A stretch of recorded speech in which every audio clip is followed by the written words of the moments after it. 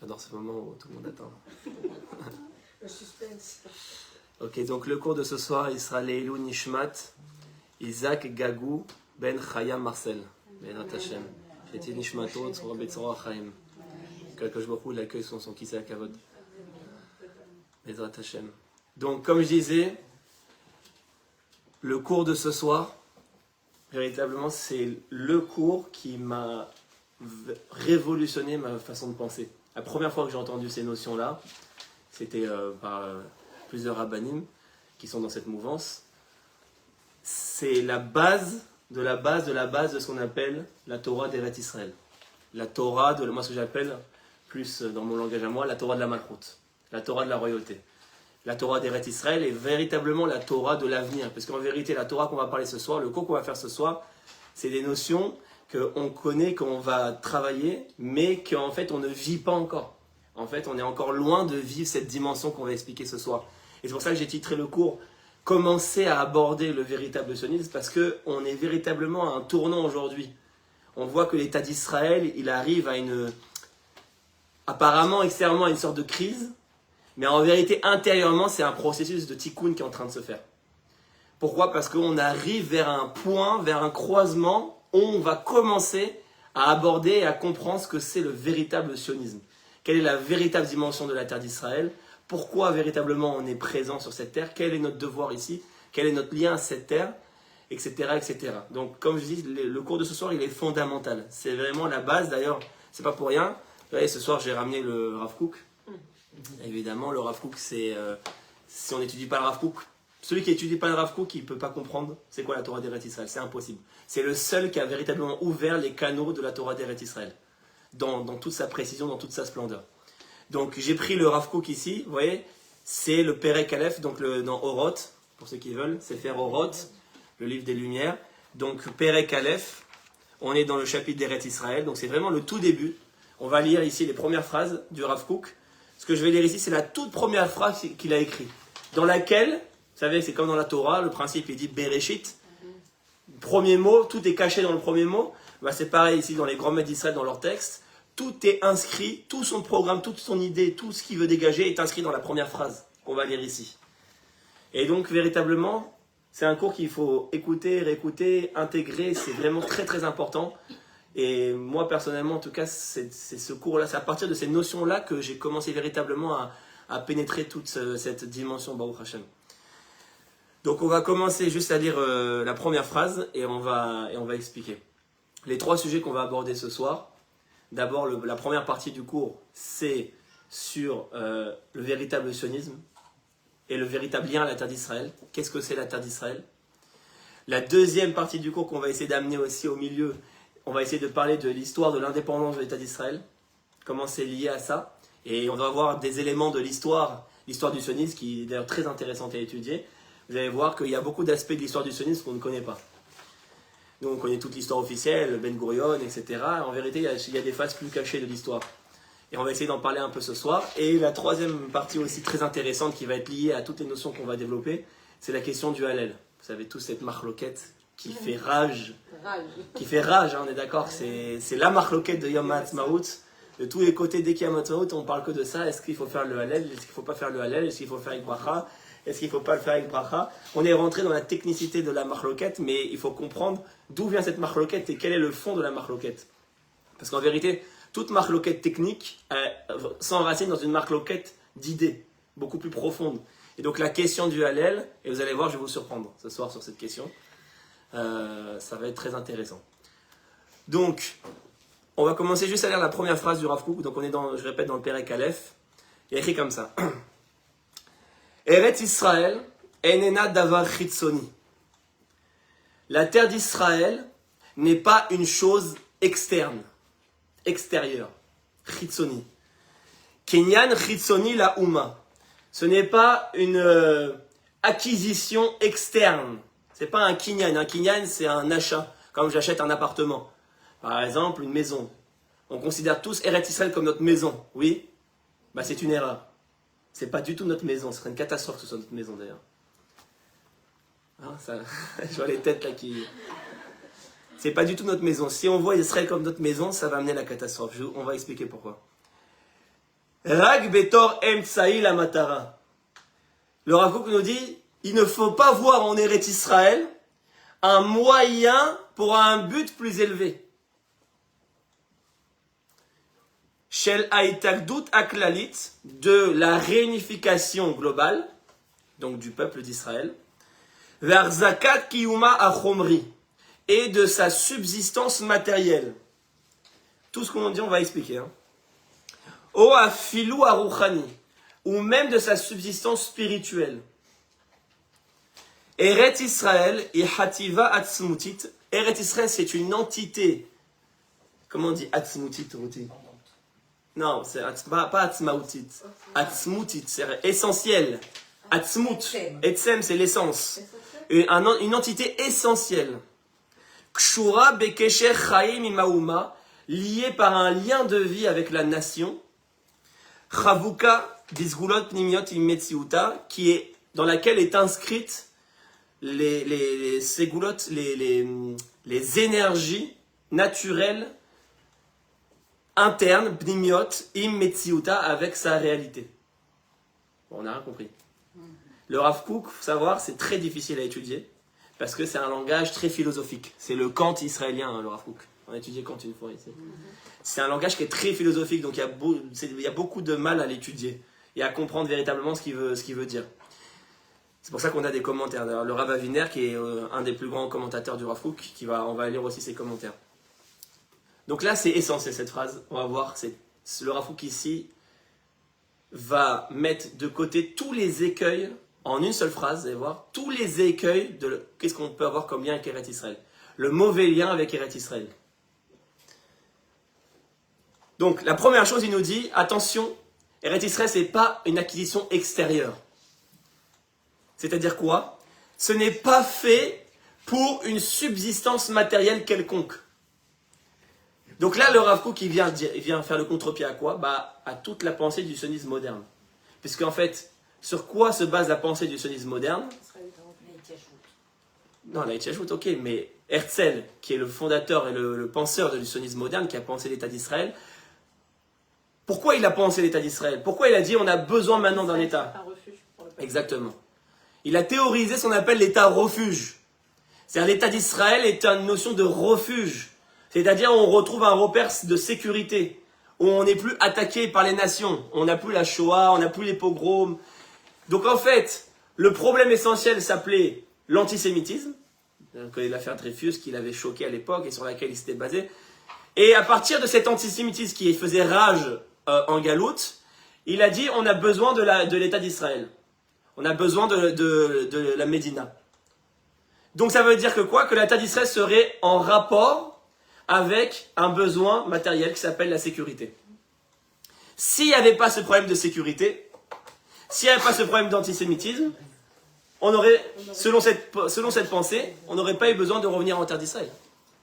On n'aurait pas ressenti ce besoin-là. On aurait dit on peut vivre parmi les nations du monde. Donc on voit que c'est une pensée qui est erronée. Et d'où on apprend que c'est une pensée qui est erronée, on le voit dans la réalité tous les jours. Qu'est-ce qu'il nous dit? Dieu, il nous dit, regardez ici, même ici vous n'êtes pas en sécurité, véritablement. Et on le voit tous les jours, malheureusement. Pour nous faire comprendre que oui, il y a une notion de sécurité, mais ce n'est pas la cause essentielle du retour d'Israël sur sa terre. De la même manière, il n'y a pas de raison économique. Toute raison matérielle n'est pas bonne. Et ça c'est évident, on le voit de manière évidente que ce n'est pas pour la parnassa qu'on vient. Ça c'est clair, je pense. Hachem nous le fait bien comprendre, attention vous venez pas pour la parnassa. Alors on veut faire Israël la Startup Nation, Israël l'économie forte, Israël et tout ça c'est important. Mais encore une fois le Rav Kook nous dit c'est pas la raison essentielle qui va nous faire revenir sur la terre d'Israël. C'est pas là que se trouve notre lien avec la terre d'Israël. Tout ça ce sont des conséquences.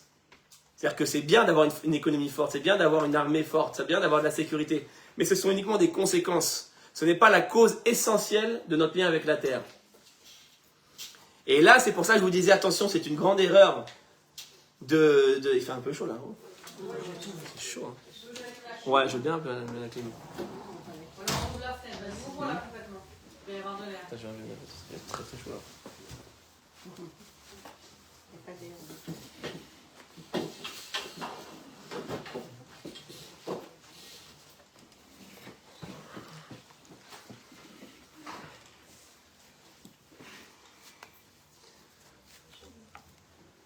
Tu veux un peu le masgan ou... Et là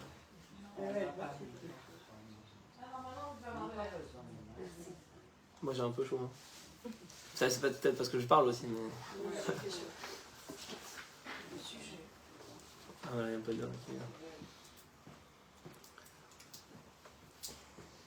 Donc on disait que le Rav Kook ici vient mettre le contre-pied à tout ce qu'on pense. Quand on dit que par exemple que la terre d'Israël c'est notre maison, qu'est-ce que ça implique? C'est quoi une maison? C'est quoi un appartement? Ça sert à quoi? C'est quoi le besoin d'avoir une maison et d'avoir un appartement? C'est avoir un refuge, d'avoir un toit pour se sécuriser. Et c'est pour ça qu'on dit ça c'est notre maison, parce qu'on veut se créer un besoin de sécurité, de sensation de protection, de couvage. Mais ça c'est une erreur. Parce que le lien avec la terre d'Israël ne se situe pas à ce niveau-là. La terre d'Israël, c'est pas une maison. Elle n'est pas là pour te sécuriser. C'est pas ça la raison essentielle. Et vous allez voir qu'il y a plein de conséquences à ce qu'on explique. Merci beaucoup.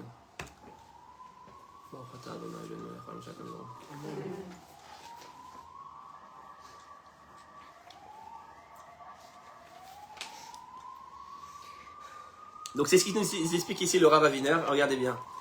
Efshar leistakel al Eretz Israël be'shte tzurot. On peut voir en Eretz Israël deux manières. On peut voir Israël de deux manières.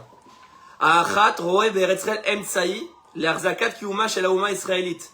La première, c'est de voir dans la terre d'Israël un moyen de créer la subsistance du peuple juif. Ve'atzlacha mipnei hapraot ve'apogromim shebagalut. Et de réussir à fuir les pogroms et l'antisémitisme qui était en exil. Ve'ashniya. Et la deuxième manière de voir Eretz Israël, Aroé Be'eretzel Chiyuniyut organite. De voir en Eretz Israël un organe fondamental, organique. Adavar domé les tzorer shel adam bedira. Il nous dit le Rav Aviner, la chose elle ressemble à quoi? À un besoin d'appartement. Leomat atzorer shelo bebatzug. Et de l'autre côté, à un besoin d'un conjoint, de sa femme. Pourquoi j'ai besoin d'un appartement? Pourquoi j'ai besoin de ma femme? C'est deux besoins qui sont complètement différents. Le lien avec un appartement est beaucoup plus extérieur que le lien que j'ai avec une femme, qui est beaucoup plus essentiel, beaucoup plus interne. Il est beaucoup plus fort. Et l'ouem shne tzrachim shonim la chalutin, ce sont deux besoins complètement différents. Ared guvat à Adam klape shachen. Et là, le Rav Aviner va nous expliquer quelle est la conséquence de ces deux visions-là. Il nous dit... La première vision, quand on voit Eretz Israël comme notre maison, comme notre appartement, c'est-à-dire d'une chose extérieure à nous, malgré qu'elle nous protège, qu'elle nous sécurise, mais ça reste extérieur à nous. Alors, qu'est-ce qui va se passer? Imaginons qu'il y a un voisin, Shachen, a menacé Kol Azman les floches, les Echad, les Chadra Dira, qui essaye de conquérir une des chambres de ton appartement. Un voisin qui vient et dit, tu as 6 chambres chez toi, il y a une chambre qui est à moi. Et tous les jours, il vient, il tape à la porte, il dit, attention, c'est à moi, celle-là, c'est à moi, cette chambre, c'est à moi. Arrête Gouvata Adam Klape Shachen a menacé Kol Azman Iflosh Lechad Michad Radira, Ti Yeshone la Chalutin, Mit Gouvato Klape Shachen a menacé Kol Azman la Tri de Tishto. Le voisin, il dit, moi, je veux une chambre d'appartement. Et il y a un autre voisin qui dit, moi, je aimerais bien ta femme pour un soir. Ah, vous avez vu les yeux que vous avez fait tout de suite? Pour l'appartement, vous n'avez pas fait des yeux. Mais c'est vrai. Vous voyez, pourquoi? Parce que l'appartement, c'est quelque chose d'extérieur, donc je dis, bon, je partage ma chambre, bon, je vais pas faire rentrer d'étrangers quelqu'un chez moi, mais il me fait tellement la guerre qu'à un moment donné, je vais me dire, peut-être que finalement, ça m'arrangeait d'avoir, c'est mieux 6 chambres tranquilles que 7 chambres avec quelqu'un qui me saoule tout le temps. Ouais. Par contre, quand j'ai dit à mon voisin, je vous ai dit, si je lui laisse 6 jours ma femme, pour moi, et un jour, je lui laisse pour être tranquille, je vais lui laisser ma femme un soir. Comme ça, il sera content. Ça existe quelqu'un qui penserait comme ça? Non. Vous voyez? Sa femme, elle ne pensera pas comme ça. Sa femme, non, mais lui-même. Ce serait une honte, ce serait... Qui pourrait penser donner sa femme un soir pour être tranquille? Personne. Et ça, c'est le problème de la vision d'Eretz Israël actuelle. Il nous dit ici, regardez, écoutez bien. Mais Mikre Arishon, dans le cas où je vois Eretz Israël comme ma maison, Itachen ve'adif yé levater lechad achadarim avura shachen. Peut-être que finalement, ça va être mieux de renoncer à une des chambres pour le voisin. Shere adif la adam shisha chadarim besheket, mais asher shiva chadarim bemilchama. Parce que il vaut mieux peut-être pour un homme d'avoir 6 chambres tranquilles, besheket, que 7 chambres en guerre. Le calcul, il est vite fait. Aval bemikre hashenim, mais dans le deuxième cas, lo ya'ale ala da'at, il ne serait impensable chez Adam yevater alishto, qu'un homme il va céder à sa femme, avur hachachen pour le voisin, aflo les mesherzman katsar beyoter, même pour une seule seconde, même une seconde. Sharek kesher shel chaim, parce que là on parle d'un lien de vie, un lien essentiel avec la femme. Shebo batzugi et achatzi hasheni shel nishmati, parce que c'est ma deuxième moitié, c'est mon âme sœur, c'est mon zivoug. Yevchar le chalek, je peux pas le partager. Qu'est-ce qu'il nous explique aussi, le Rav Kook? Il nous dit que il y a un problème à la racine de la conception du sionisme actuel. Voilà ce qu'il veut expliquer. C'est-à-dire qu'on a eu un besoin qui était externe, qui s'appelait l'antisémitisme. Donc ça nous a poussé à dire on a besoin d'un État. Mais jusqu'à aujourd'hui, on va subir les conséquences de cette pensée qui est erronée. Et en fait, tout le vicouar, toute la marloquette, le débat entre la droite et la gauche, est-ce qu'il faut partager la terre, pas partager la terre, il est dans la conception, ce qu'on appelle en hébreu la tfissa, la conception même du sionisme et du lien à la terre. Pourquoi je viens sur la terre d'Israël? Quel est mon lien à cette terre et quel est le but? On n'a pas encore parlé du but, là on parle du lien pour l'instant. Tout est là, c'est-à-dire, ce qui se passe aujourd'hui, c'est la conséquence directe de la conception du sionisme moderne. Comprenez? C'est pas étonnant qu'on soit prêt à partager la terre, puisque le besoin originel du retour à la terre actuelle, c'était un besoin de sécurité. Tout était un état refuge. C'est comme ça qu'on a vu le besoin. Donc, vu que le besoin essentiel a été placé au niveau de la sécurité, alors c'est pas étonnant que dans les calculs, on se dise peut-être que si on a juste Tel Aviv, Ashdod, Hadera, Natania, tranquille, et on donne Hebron, Shrem, et on partage et on est tranquille, c'est un calcul qui est logique en vérité. Moi je les comprends. Si tu es dans cette conception, c'est complètement logique. Puisque ton besoin premier, c'est de la sécurité. Donc si tu te dis, je vais être plus tranquille en donnant Hebron et en donnant une partie de Jérusalem, pourquoi pas? De toute façon, il n'y a pas de lien de vie avec cette terre. C'est pas un lien de vie maintenant que j'ai avec cette terre. C'est juste un besoin de sécurité. Je suis pas à Tel Aviv parce que j'ai un lien de vie avec cette terre. Je suis à Tel Aviv parce qu'en Pologne, on me tuait. C'est tout. Et que si on me laissait tranquille en Pologne, je retournerai en Pologne. Et c'est ce qui se passe aujourd'hui d'ailleurs. Il y a beaucoup de jeunesse israélienne qui sont dans cette conception-là de la terre, qui finalement se disent, maintenant aux États-Unis, il n'y a pas de problème. Enfin, peut-être des problèmes minimes, mais plus comme la Shoah ou avant. Donc maintenant, on peut retourner là-bas. Et donc, vous voyez beaucoup de yéridot aujourd'hui, de jeunesse qui retournent et qui dit finalement, on a la Parnassa qui est mieux là-bas, on a la sécurité qui est mieux là-bas. En Israël, il y a beaucoup de problèmes de sécurité. C'est pas... Et donc, les gens, il y a une incompréhension. On a créé un État pour être plus en sécurité, mais finalement, on n'est pas forcément plus en sécurité ici. On voit des gens, Chaz v'Shalom, Allo Alenu, qui se font tuer tous les jours ici. Donc, qu'est-ce qu'il veut nous dire Hachem? Est-ce qu'il nous veut du mal? Non. En vérité, c'est parce qu'on n'a pas encore approfondi le lien avec la terre. On ne connaît pas encore ce véritable lien-là. Maintenant, le Rav Kook va nous surprendre. Il va aller beaucoup plus loin. Parce que finalement, c'est pas surprenant qu'il s'attaque à la conception du sionisme actuel. En tant que bon religieux, bon, c'est un sionisme laïque, etc. C'est pas tellement surprenant. Mais là, il va s'attaquer à une autre erreur fondamentale. Et là, elle est plus profonde. Regardez ce qu'il dit le Rav Kook. Il dit « O afilu aruchani ». C'est même pas pour une raison spirituelle que tu viens en Eretz Israël.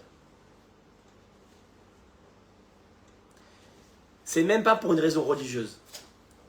Alors là, il va s'attaquer à un autre problème. Dans la même phrase, il va réunir toutes les mauvaises conceptions d'Eretz Israël. Tout le monde se dit quoi? On vient en Eretz Israël pour être plus religieux. Est-ce qu'il y en a un qui se dit le contraire ici? Non. On vient en Eretz Israël pour faire plus de Torah mitzvot, pour se rapprocher de Dieu. Oui. Je vais vous poser une question. Je vais vous poser la même question qu'on a fait avec la sécurité et le Herzl. Si d'un seul coup, on ressent qu'on est plus religieux en Chutz La'aretz. Moi, je retourne pas. Plus. Il y en a qui disent, il y a un danger de religion en Eretz Israël. Je me sens plus religieux à New York ou à Paris. Donc si ton but c'est d'être plus religieux, faire plus de mitzvot et de Torah, ça marche pas. Puisque tu vas des fois te dire à certains moments de l'histoire, Qu'est-ce qu'il veut nous dire, le Rav Kook? Il nous dit, Eretz Israël ne dépend ni du temps, ni de l'époque. Il y a un lien essentiel de vie avec la terre d'Israël qui ne dépend de rien. Ni d'un but matériel, ni d'un but religieux. Parce que si tu fais dépendre la terre d'Israël d'un but externe, d'un but temporaire, qui s'appelle la religion ou la matérialité, que ce soit l'économie, la sécurité, etc., etc., alors ça ne marche pas. À un moment donné dans l'histoire, tu vas te trouver plus de parnassa en Chutz-Laretz, plus de religion en Chutz-Laretz, et donc tu vas plus ressentir le besoin de venir en terre d'Israël. Et ça ne peut pas marcher parce que la terre d'Israël, c'est le début de tout, c'est le lien essentiel avec Dieu, qui est au-delà même de la religion à proprement parler. Les mitzvot sont venus après la terre d'Israël, comme je le dis dans tous mes cours. La première parole divine dans le monde, c'est Lech Lecha el Haaretz Asher Areka. Il n'y avait pas de mitzvot avant la terre d'Israël. Donc la terre d'Israël ne dépend pas de l'application des mitzvot. Et ça, c'est une autre grande erreur. C'est ce qu'il nous dit, c'est le Rav Kook. Il nous dit, oh afilu aruchani. Dans 3 mots là, il lance une bombe atomique, le Rav Kook. Il s'attaque à un monde entier. Même la raison spirituelle n'est pas la raison essentielle qui te fait venir en terre d'Israël. Il dit, Rag betorem sei la matara. Tu ne dois pas voir Eretz Israël comme un moyen pour un but supérieur. Eretz Israël, c'est le but. C'est un but en soi. Il n'y a aucune raison supérieure que d'habiter la terre d'Israël. C'est un but en soi. Il y a le fait même d'être présent là, de marcher. Le Rambam le dit explicitement dans le Mishneh Torah. Kol olech arba amot beretz Israël zoché leolam haba. C'est la halacha. C'est un livre dans le Mishneh Torah, c'est un livre de halacha. C'est pas de la hashkafa, c'est de la halacha. Tout celui qui marche 2 mètres en Eretz Israël mérite le monde futur. C'est-à-dire que le fait même de mettre le pied ici, c'est un but en soi. Il n'y a pas de notion de mitzvot ou de matérialité. Ça vient après. Évidemment qu'après, il faut les mitzvot et la matérialité qui va suivre. Mais ce sont les branches, ce sont les conséquences, ce n'est pas le tronc. Nous, on a remplacé les branches et le tronc. Comprenez? On ne vient pas ici parce que c'est notre maison. Vous voyez comment je casse tout? Toutes nos conceptions. Et ça, ce n'est pas notre maison. Parce que si tu considères comme une maison, donc ça reste extérieur. Ce n'est pas notre refuge spirituel. J'ai le mot refuge exprès. C'est ni notre refuge matériel, ni notre refuge spirituel. Et ça, c'est très très puissant parce que cette dimension de la terre que je suis en train d'essayer de vous aborder, d'abord en cassant les mauvaises conceptions, on ne la connaît pas. Personne ne parle de cette dimension. Et pourtant, c'est la dimension de la Géoula finale. Tant qu'on n'a pas découvert ce lien avec la terre d'Israël, le véritable lien dont on va parler maintenant, on n'avancera pas vers la Géoula, c'est impossible. Tant qu'on sera dans l'idée, Eretz Israël pour le refuge spirituel, matériel, plus de religion, pas plus de religion, toutes ces choses qui sont des branches de l'arbre et pas le tronc lui-même, on ne goûtera pas au tronc. Voilà, au fruit, à la racine. On ne goûtera pas au fruit. Khazak, c'est la bonne image, le fruit. Et ça, c'est très important. Vous voyez, tout ce qu'on vient de dire, c'est une phrase du Rav Kook. Hein. On n'a pas fait tout le paragraphe. Vous voyez, la puissance de ce Rav, il est tellement sous-estimé par beaucoup de monde, c'est tellement dommage. C'était un visionnaire. Donc le Rav Kook ici nous dit, attention, je résume, il y a 2 grands écueils qui s'opposent en venant en terre d'Israël. L'écueil matériel et l'écueil spirituel. Et malheureusement, c'est tellement vrai ce qu'il explique ici. C'est tellement actuel, c'est exactement ce qu'on vit actuellement.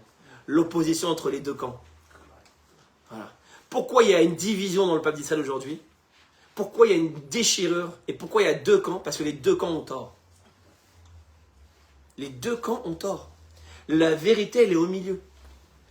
Le camp de la gauche, qui lui est dans la vision de l'état refuge d'Herzl, donc dans la sécurité, dans le besoin matériel, la high-tech, la Startup Nation.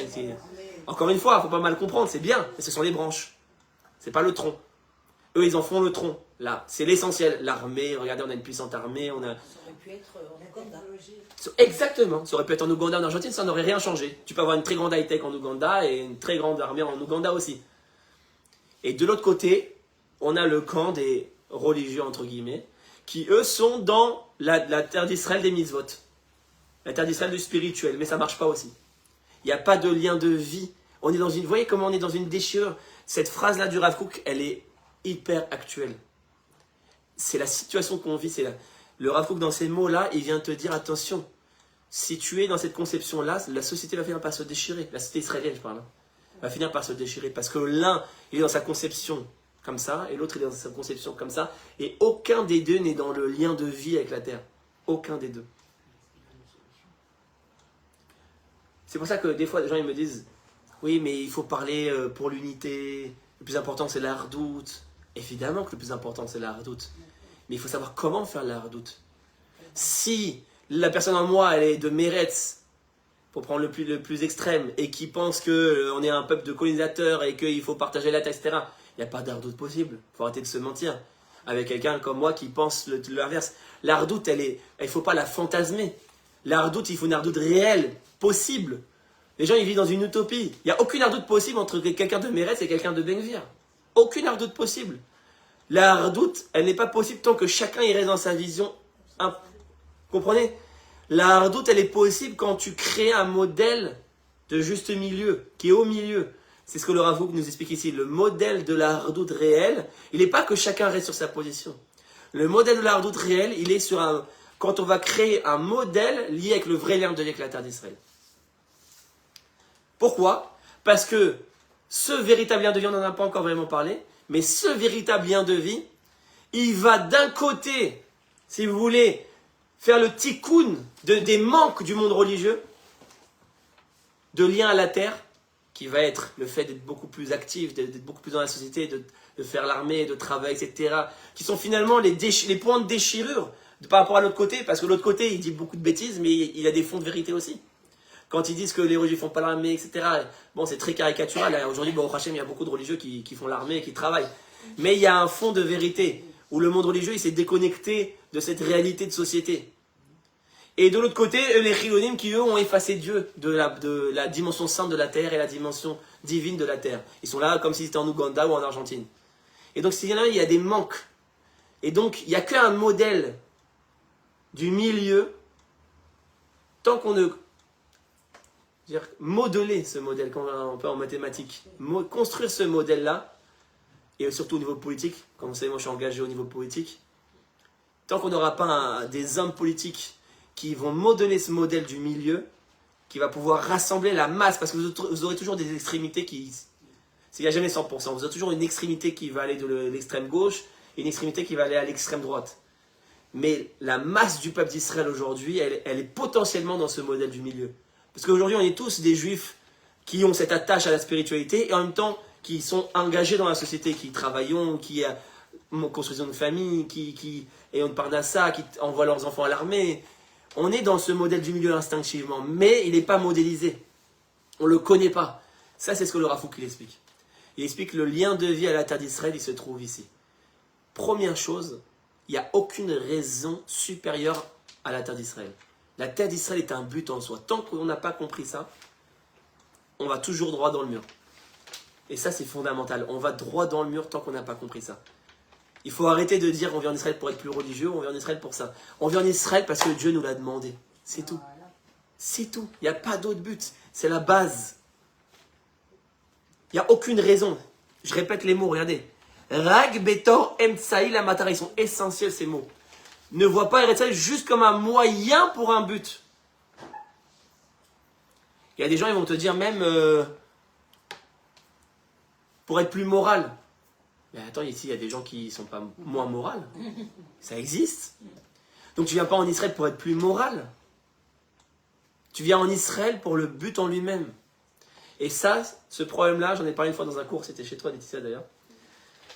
Ce problème-là, il est fondamental. Je vais en parler 5 minutes parce que je ne vais pas développer. C'est un cours en soi, cette notion-là. Mais juste parce que c'est très important de le rappeler quand même en 5 minutes. Cette notion où on fait précéder de la mitzvah la morale ou la religion ou tout ce que vous voulez.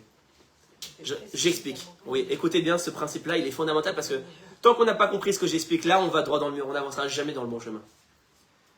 Et ce que je vous explique là, on n'aura pas le temps de tout lire, mais c'est des paragraphes entiers des commentaires du Rav Aviner. C'est très fin, écoutez bien.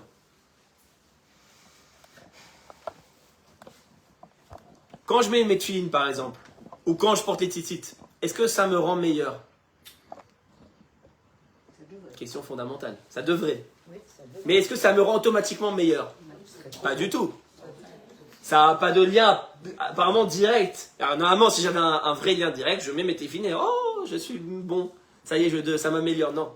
Il y a plein de gens qui mettent des téfilines et ça les rend pas meilleurs. Et il y a plein de gens qui mettent des téfilines et ça les rend meilleurs. C'est-à-dire ce que je veux dire, il n'y a pas de lien direct. Il peut avoir un lien, mais indirect. Comme ça dans toutes les mitzvot. Toutes les mitzvot sont liées à la maternité. C'est pas des liens de morale, des mitzvot de morale la Torah. Mais des tzitzit, mais kissouille roche. Ça vous rend meilleur automatiquement des femmes mettre le kissouille roche? Je sais pas. Un peu plus, peut-être. Il y en a que non. Il y en a que non. Il y a des femmes qui portent le kissouille roche et qui font n'importe quoi. Ça existe aussi. Il n'y a pas de lien direct entre les mitzvot et la morale. Quelle religion est venue nous dire attention, il faut la morale avant la religion, avant les mitzvot? Bah oui, le christianisme. Le christianisme, qu'est-ce qui est venu nous dire le christianisme? Il est venu nous dire quelque chose qui était vrai. Attention, il y a un monde qui fait les mitzvot, le monde Haredi, ils font les mitzvot à fond, attention, la cache-route comme ça, la vaisselle comme ça, ils sont dans les détails des mitzvot, mais au niveau moral, c'est comme ça parfois. Et donc les chrétiens ont dit, ah mais, et la circoncision du cœur, vous faites la circoncision de la chair, de la Brit Mila, mais est-ce que ça rend meilleur de se couper un pot d'organes? Non. La circoncision du cœur, c'est plus important. Les midot, le cœur, l'amour, le chesed, la bonté, l'amour du prochain. Le christianisme s'est concentré sur ces valeurs. Ils ont dit on doit d'abord mettre la morale avant toute chose. Et qu'est-ce qu'ils ont fait en faisant ce principe-là? On en est venu à annuler les mitzvot. Ben oui, parce qu'à partir du moment où tu mets la morale comme principe de base fondamental, alors tu te dis ben c'est le but. Donc la mitzvah est un moyen pour être plus moral. Donc si tu mets la mitzvah comme moyen, vous voyez, c'est le même principe. Si tu mets la mitzvah comme moyen pour un but super qui s'appelle la morale, et si tu vois que ça ne te rend pas plus moral, la mitzvah perd son sens.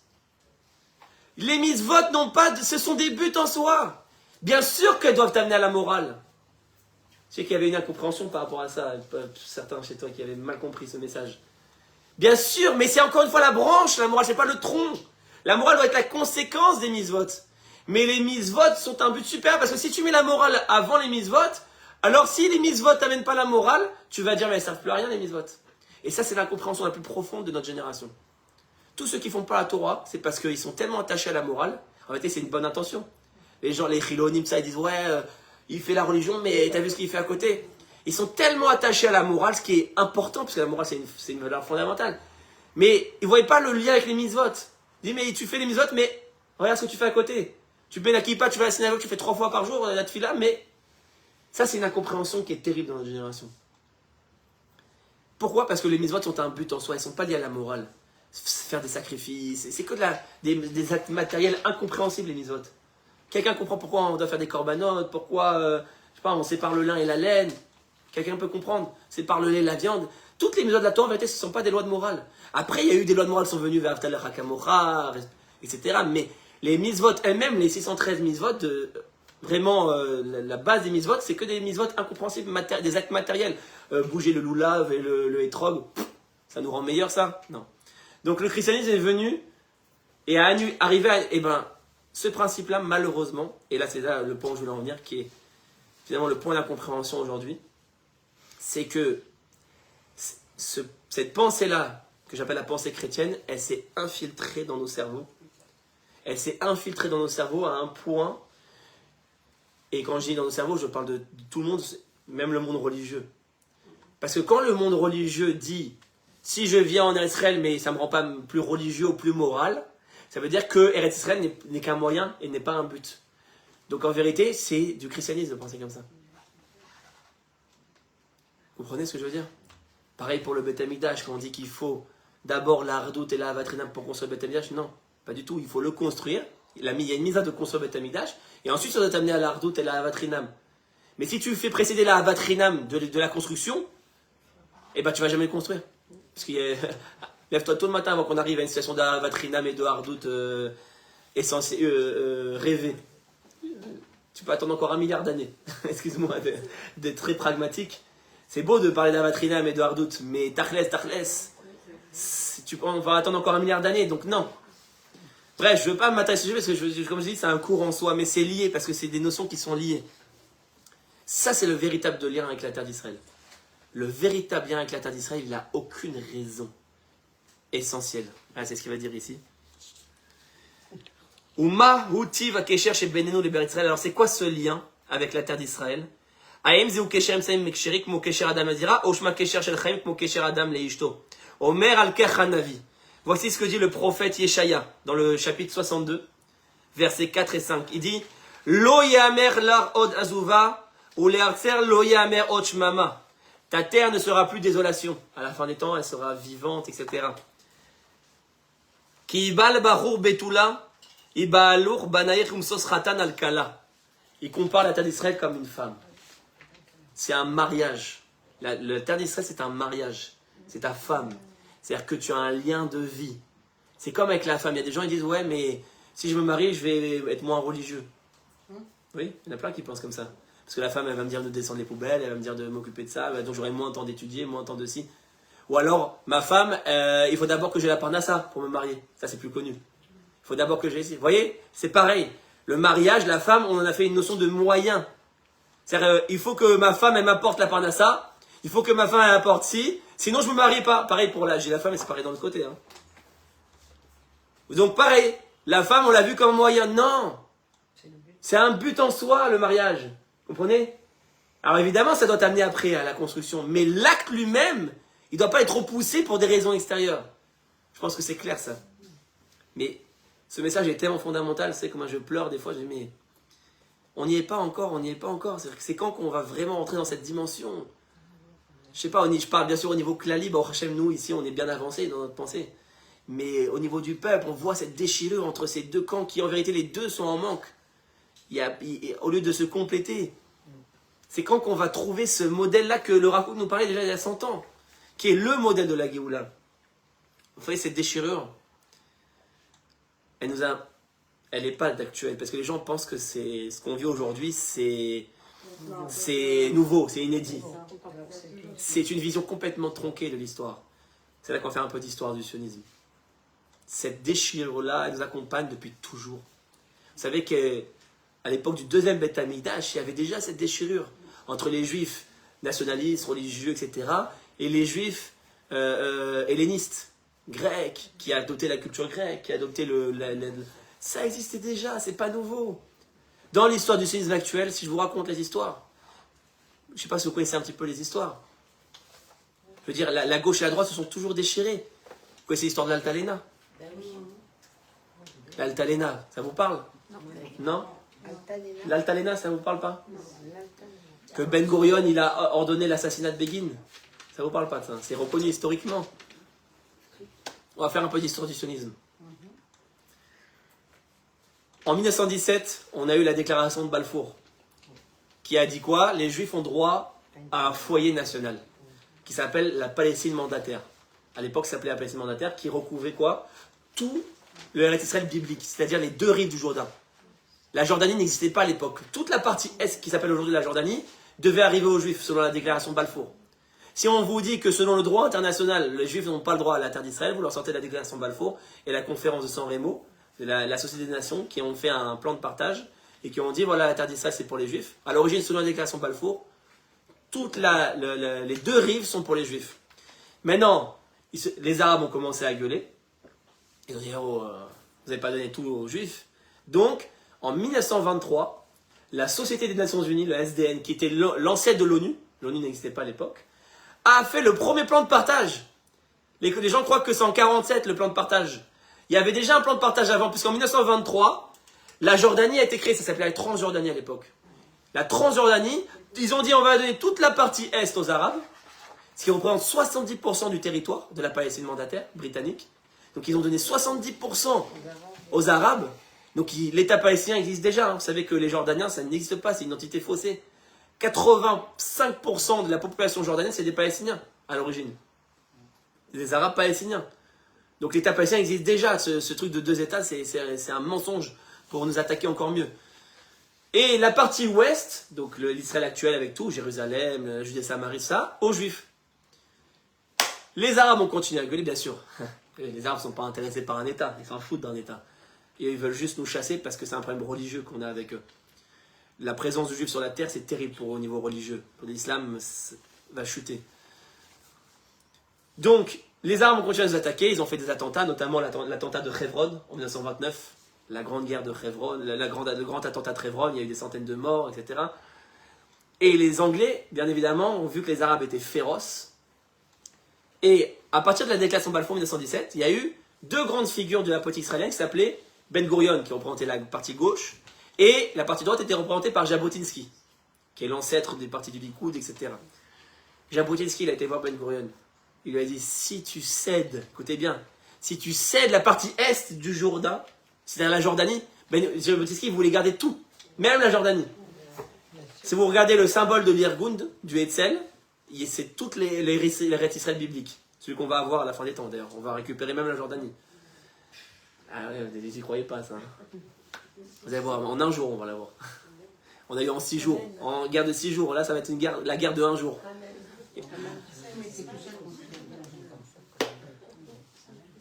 Jabotinsky, il a dit à Ben Gurion, il lui a dit, si tu cèdes, tu vas continuer, tu vas finir par tout céder. Et c'est exactement ce qui s'est passé aujourd'hui. Les Arabes, ils ont continué.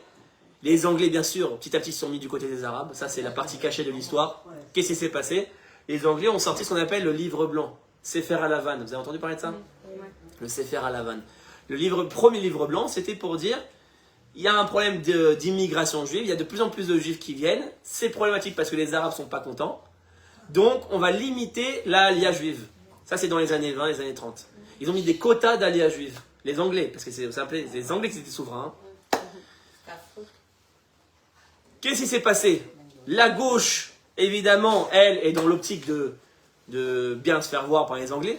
L'opinion internationale, la négociation, on n'est pas dans l'optique frontale, c'est la gauche qui est comme ça. Et la droite commence à se dire, les Anglais, comme c'est catastrophique, c'est presque nos ennemis.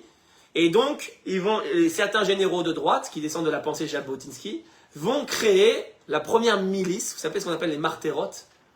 Vous avez entendu parler de ça, les milices de droite, ce qu'on appelle l'Irgun, le Hetzel, dont le grand chef plus tard va être Menachem Begin. Donc le Hetzel.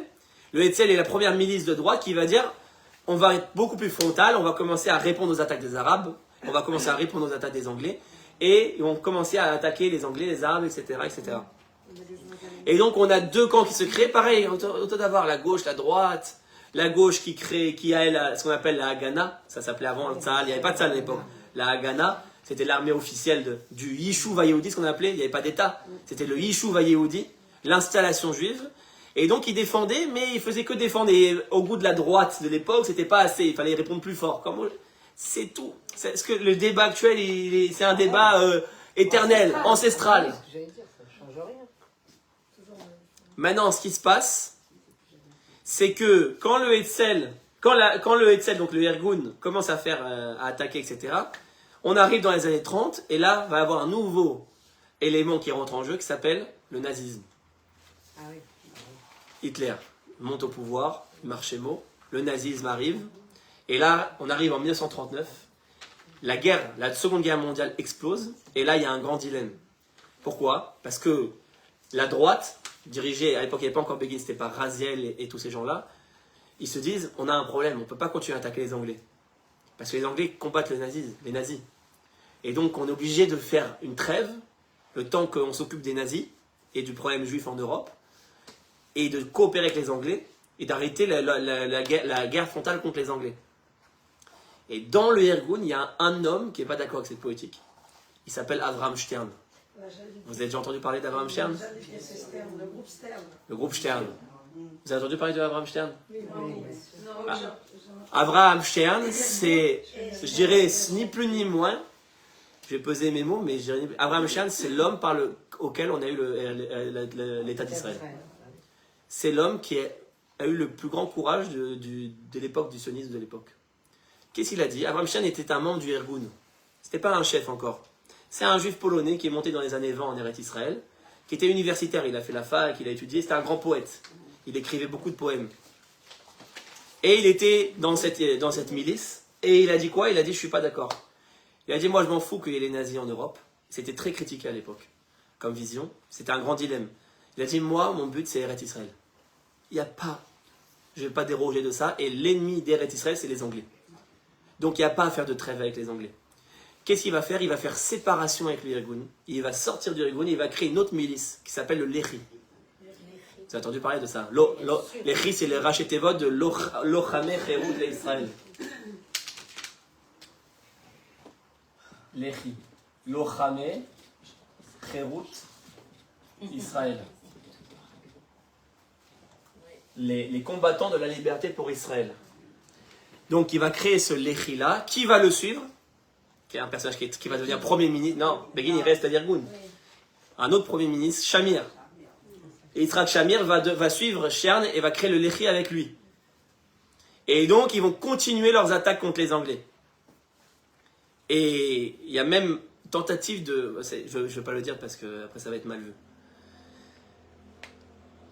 Donc on est là. Et il continue à faire les attaques contre les Anglais. Et en 43, Begin, qui avait repris donc le Irgun, s'est rendu compte de l'erreur, entre guillemets, d'avoir fait trêve avec les Anglais, parce que les Anglais ont durci leur livre blanc. Et d'ailleurs, si vous savez, c'est connu aujourd'hui historiquement, s'il n'y avait pas eu le livre blanc, peut-être au moins 1 million de juifs d'Europe qui auraient été sauvés. Plus, il y en a qui disent plus, mais déjà au moins 1 million minimum. Les Anglais sont responsables, il faut le dire. C'est historiquement connu. Vous avez créé Altit. Donc, le Irgun a rejoint le Lechi, finalement. À ce moment-là, en 43, Avraham Stern est déjà mort. Pourquoi? Il avait 34 ans, il s'est fait assassiner par les Anglais. Il a été fusillé. Avraham Stern, le chef du Lechi. En 1939, il a créé le Lechi, à l'explosion de la Seconde Guerre mondiale.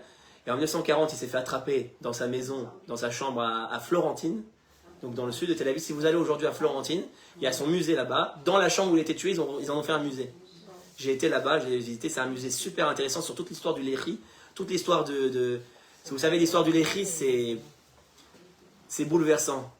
C'était des petits jeunes de 14 ans, 15 ans qui recrutaient des adolescents. Si vous allez à Ranana, j'habitais 4 ans à Ranana, vous allez à l'entrée là-bas à Ranana, vous avancez, il y a un kikar là-bas qui s'appelle Kikar Yaldé Israël, le kikar des enfants d'Israël. Il y a une plaque, il y a en l'honneur de 4-5 enfants de 14-15 ans qui ont été fusillés par les Anglais, sur cette place-là. Qu'est-ce qu'ils avaient des activités secrètes dans le Lechi. Les Anglais, c'était des monstres, il faut le savoir. Ils ont tué des milliers de Juifs. Les pendaisons, je ne parle même pas des Olé à Gardoum, mais les pendaisons, etc. etc. Même dans les arrivées sur Israël, ils ont refusé des bateaux et tout. Donc Avraham Stern, qui était un très grand personnage, j'étais à son musée d'ailleurs, et il y avait un petit livre de Tehillim. Il avait un livre de Tehillim de poche, parce que c'est quelqu'un qui n'avait pas là, tu vois pas qu'il a un côté religieux, mais il avait un Tehillim de poche tout le temps. Et dans les Locham Cherut Israël, il y avait 18 principes. Il y a Chai, le mot. Il a fait 18 principes, et tu vois dans les principes, il y a les versets de la Bible. Qu'on va conquérir la terre d'Israël, et que le grand Israël, qu'il avait une vision du grand Israël, etc., etc. Et en plus, c'était un grand poète. Donc il fait beaucoup penser au roi David, dans cette manière de... Il a écrit des poèmes, dont l'hymne du Lechi, qui est très connu, Chayalim Almonim, les soldats inconnus. Je ne sais pas si vous avez entendu parler de cet hymne. Bon, peut-être à une autre occasion, on développera encore plus ces sujets, parce que c'est très très intéressant, et ça fait vivre vraiment L'amour du monde. Voilà. Et donc finalement, il va mourir, et Begin va reprendre, il va faire des attentats aussi contre les Anglais, le fameux attentat à l'hôtel King David, vous connaissez tous cet attentat, où il va se faire sauter pour tuer les Anglais, etc. Donc cette guerre, elle est féroce contre l'Anglais, et finalement les Anglais vont finir par céder. Et tout ça pour vous dire quoi? Que finalement la rage droite-gauche, elle a toujours existé. C'est connu historiquement. Pourquoi? Comment les Anglais ont trouvé Avraham Stern? Il a été dénoncé. Ben oui. Par un homme qui s'appelle Teddy, qui est devenu maire de Jérusalem par la suite, dans les années 50-60. C'est lui qui a dénoncé Avraham Stern. Ça, je ne le dis pas de moi. Teddy Collet. Teddy Collet, ouais. C'est lui qui a dénoncé Avraham Stern. C'est connu historiquement, ça. Beaucoup d'activistes de ces milices-là ont été dénoncés par des juifs. Donc quand je vous dis que cette scission, elle existe depuis toujours. Bref. Donc pour revenir à notre sujet, ça c'était un aparté histoire du sionisme, mais c'est très très intéressant. On fera peut-être une autre fois une conférence vraiment complète là-dessus. Pour revenir à notre sujet, cette déchirure-là qui a toujours existé finalement, elle a qu'une seule solution. C'est cette étude-là, cette dimension-là de la terre d'Israël. C'est-à-dire de comprendre qu'il faut changer notre conception de la terre d'Israël. C'est le seul moyen d'arriver au but qu'on veut. C'est le seul moyen.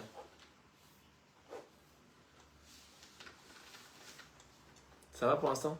Il y a des questions, on avance? Parce que là, j'ai fait la... Hein? J'ai une question.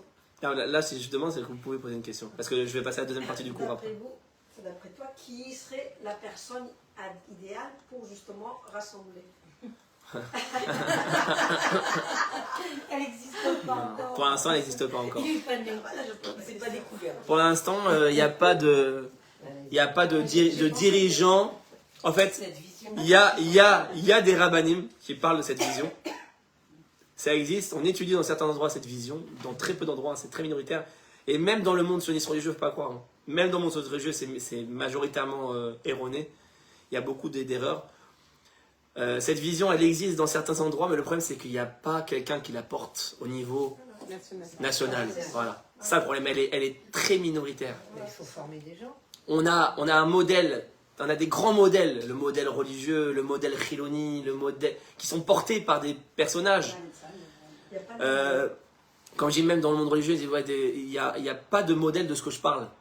Quand je parle de Torah Tamalchut ou de tout ça, il n'y a pas un homme dont on voit qui vit ce modèle. Alors, par exemple, le monde Chabad, il a son modèle, c'était le Rabbi. Le monde Breslev, il a son modèle, c'était Rabbi Nachman. On a connu un homme de cette dimension clalite qui a présenté ce modèle. C'est pour ça que c'est des modèles qui vivent. Le monde Haredi, il a ses Gdolim, le Rav Kanevski, le Rav Steinman, le Baba Saleh. Le monde Haredi, il a eu des Gdolim qui ont inspiré ce modèle. C'est pour ça qu'il est aussi fort. La Torah de la Malchut, on a eu un seul modèle dans toute l'histoire juive. C'est lequel? Le roi David. C'est le seul personnage qui nous a fait connaître ce modèle. Et il est trop vieux, il n'y a jamais eu depuis. Mais pourquoi il n'y a jamais eu depuis? Parce qu'on n'avait plus la terre.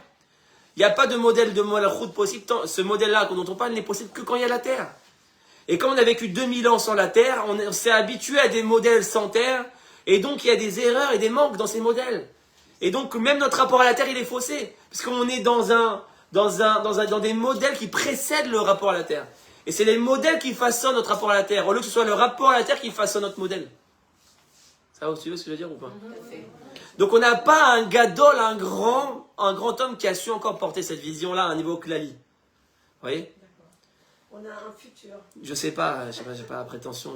Pour l'instant, moi je fais mon petit chemin. C'est Hachem qui décidera qui c'est qui va porter ce modèle, à quel moment. C'est un processus.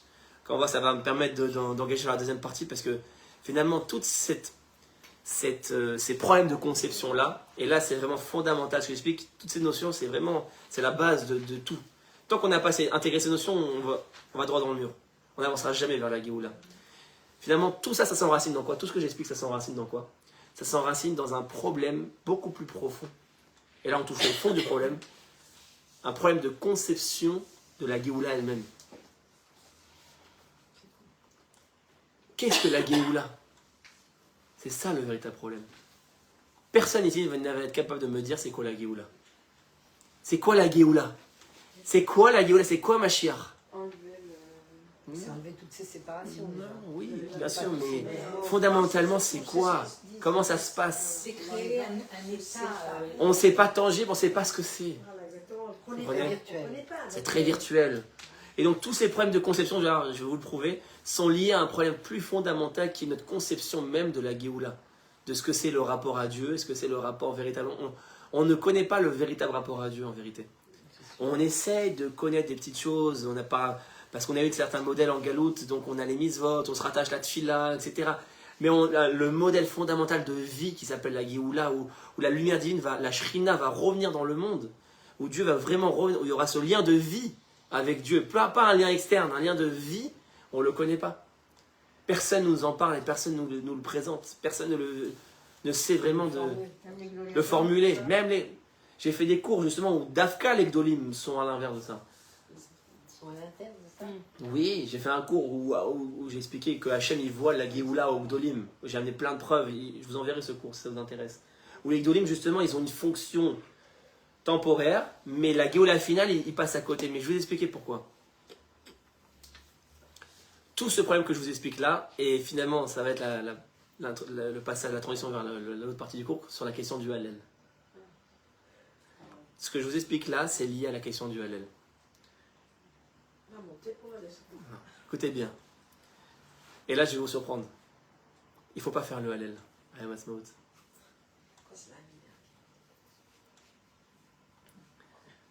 Ouais. Regarde, écoutez bien. On a ces deux côtés-là. On a un côté qui dit il ne faut pas faire le Hallel. Pourquoi? Pourquoi le monde religieux dit il ne faut pas faire le Hallel? D'où ça vient cette idée de dire je m'oppose à l'idée de faire un Hallel? C'est pas juste technique, hein, il ne faut pas faire le Hallel. Pourquoi idéologiquement dans le monde religieux on est opposé au Hallel? Qu'est-ce que tu appelles le monde religieux? Le monde religieux, le monde orthodoxe, classique. Le monde religieux classique, disons. Ça n'a pas été institué par Hachem. Ça n'a pas été institué par Hachem. Parce qu'il n'y a pas de Beth Amikdash, la Malchoute, elle n'est pas encore dévoilée, donc il n'y a pas de raison de reconnaître cette terre. Il n'y a pas de raison, ok. Et bon, c'est vrai ce que vous dites, mais c'est encore plus profond, écoutez bien. Tout est dans la conception de la Géoula elle-même. Quelle Géoula attend le monde religieux? Je pose la question autrement. Quelle Géoula on a expérimenté? La surnaturelle, Le surnaturel. la libération d'Égypte. Exactement. Mais on n'a pas expérimenté celle par l'humain. On a expérimenté aussi, mais beaucoup moins fort. Yetziat Mitzrayim, la sortie d'Égypte, c'est la Géoula qu'on a expérimentée. On va appeler ça la Géoula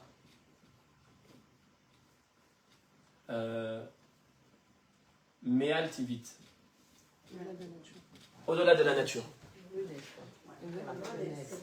Et là, on va introduire des notions de Sod, écoutez bien. Cette Géoula d'Égypte, elle est au-delà de la nature. Il n'y a eu que des miracles surnaturels. Les diplés, la mer qui s'ouvre. C'est un modèle qui est surnaturel. Parce qu'on voit même dans le désert, là, ils sont entretenus. La manne qui tombe du ciel. De quel nom divin ça vient, ça? Hachem, non. Yudke Vavke. Qui est dévoilé par quel personnage? Ça, c'est les cours de Sod qu'on a fait classiques. Moshe Rabbeinu. Monde de la Tzilut. Monde de la Tzilut, Razak ou Baruch. Moshe Rabbeinu. Moshe, Atzilut, on va mettre. Et c'est quelle sphira? De quoi, Kéta? Non. Chorma. Chorma, Razak. Ah ouais, Kéta, c'est Adam Kalim. C'est lié à la sphira de la Chorma.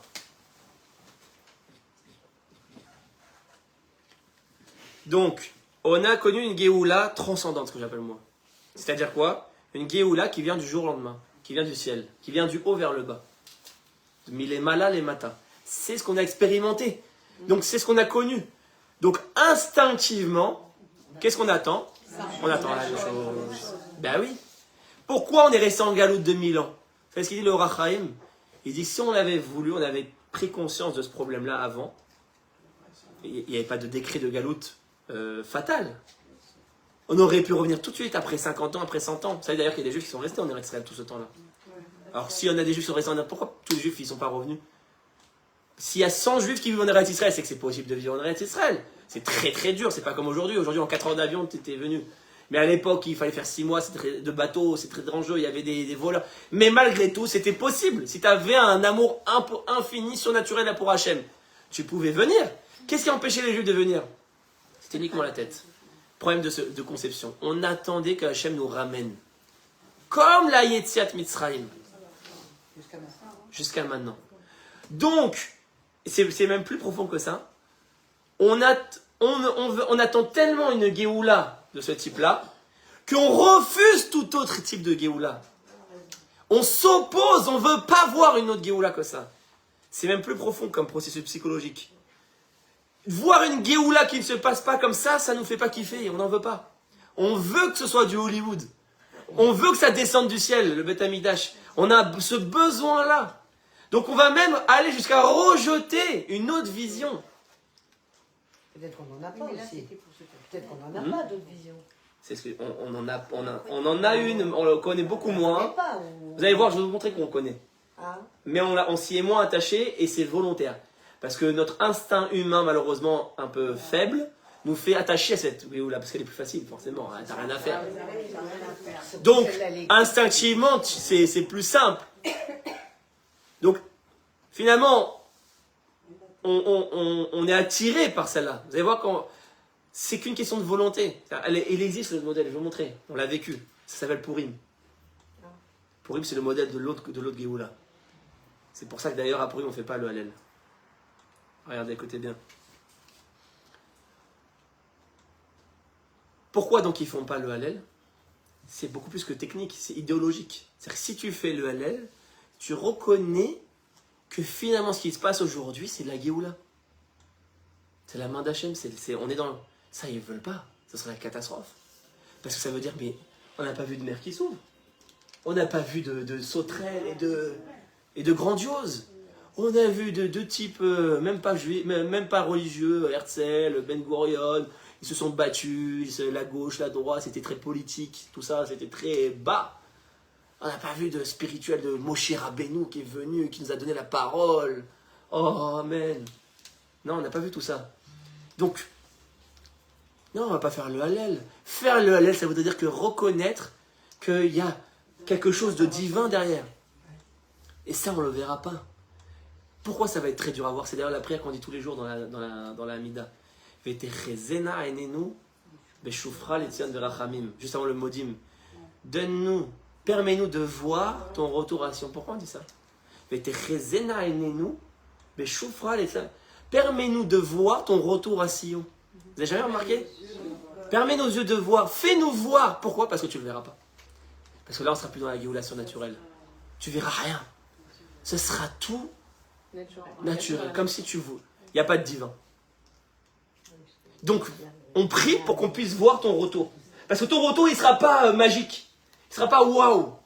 C'est pour ça que dans la Mida, on dit, c'est extraordinaire dans les phrases qu'on dit tous les jours, on ne se rend pas compte des profondeurs des phrases qu'on dit tous les jours. On sait que c'est la longévité.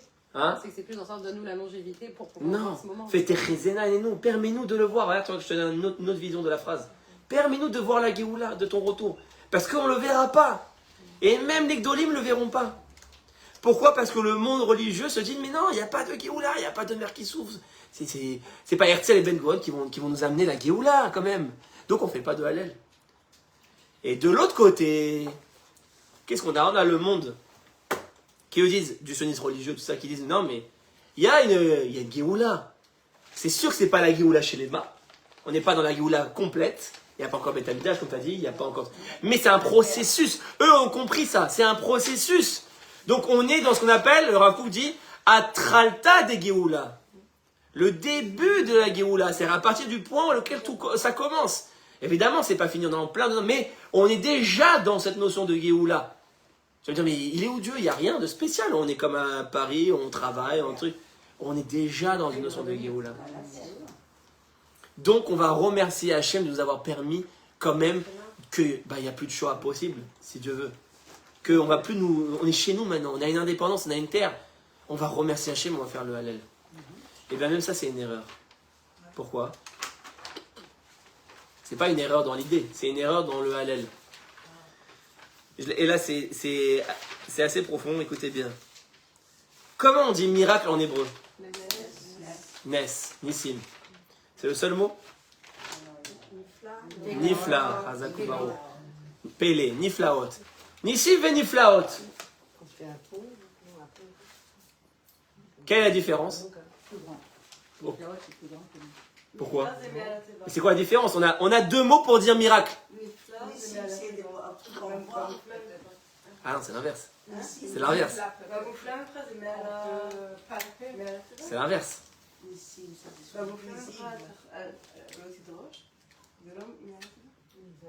L'inverse. Nes, c'est Me'alateva. C'est Nes, c'est un miracle dévoilé. La mer qui s'ouvre, waouh, c'est un Nes. Et Nifla, c'est caché dans le sens caché dans la nature. Tu ne le vois pas. Donc, quand on dit Nissim et Niflaot, on ne se rend pas compte. On a l'impression qu'on dit la même chose, mais il y a deux mots. Donc forcément, il y a une nuance entre les deux. On parle de deux types de miracles différents. Donc, on a les Nissim. Donc, je vais remettre ici, regardez. Yute Vavke. Chochma. Et donc là, on va placer le Nes. Nissim ici. Nes. Ici. Vous voyez, c'est le Nissim, c'est le type dévoilement Géoula Yetzet Mitzrayim. La Géoula de Mitzrayim, elle est sur les Nissim. Ok?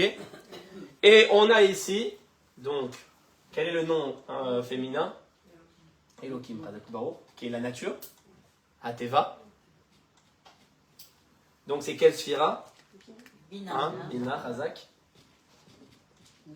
Et donc c'est quelle force en termes de miracle? Nifla. Très bien. Nifla, c'est un miracle caché. Donc, on a ces deux types de miracles. Qu'est-ce qui est plus grand entre un Nes ou un Nifla?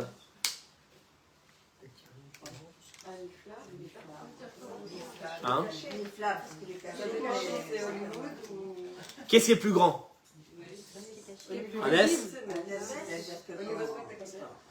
Non, je parle au niveau divin, au niveau de la volonté divine. Nifla. Et pourquoi? C'est caché dans la nature. Et pourquoi ça serait une plus grande que ça? C'est par un scout qu'on a. Que Nes, c'est parce que Dieu, il n'a pas eu le choix. C'est dans les plus. Nifla, il y a une participation de l'homme. Écoutez bien le Chidouche. Ça, c'est le Zohar qui le dit. Nifla, ça vient du mot Pélé. Pélé, si vous l'écrivez à l'envers, ça fait Aleph. Aleph, c'est le 1.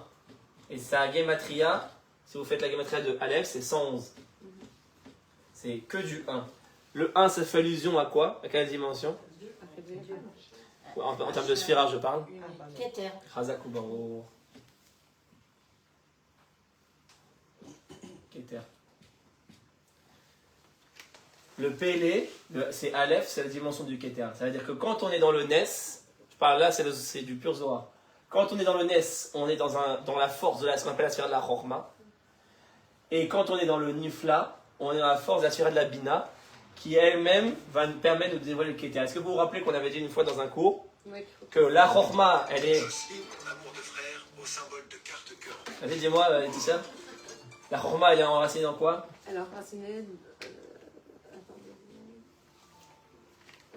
non, elle est enracinée dans le Keter.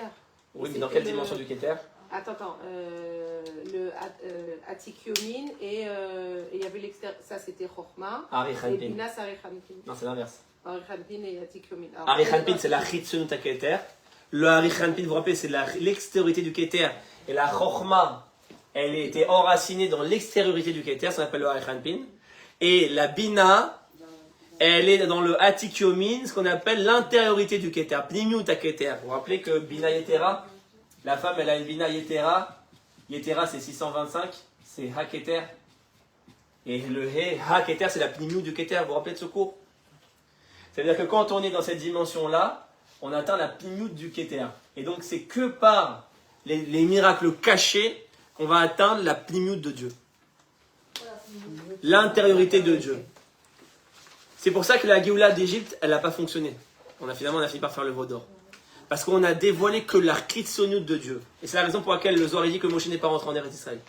Parce que Moshe n'avait pas dévoilé la Pnimiut. Or, Eretz Israël, c'est le monde de la Pnimiut. Eretz Israël, c'est le monde du Keter. C'est le monde de l'intériorité du Keter.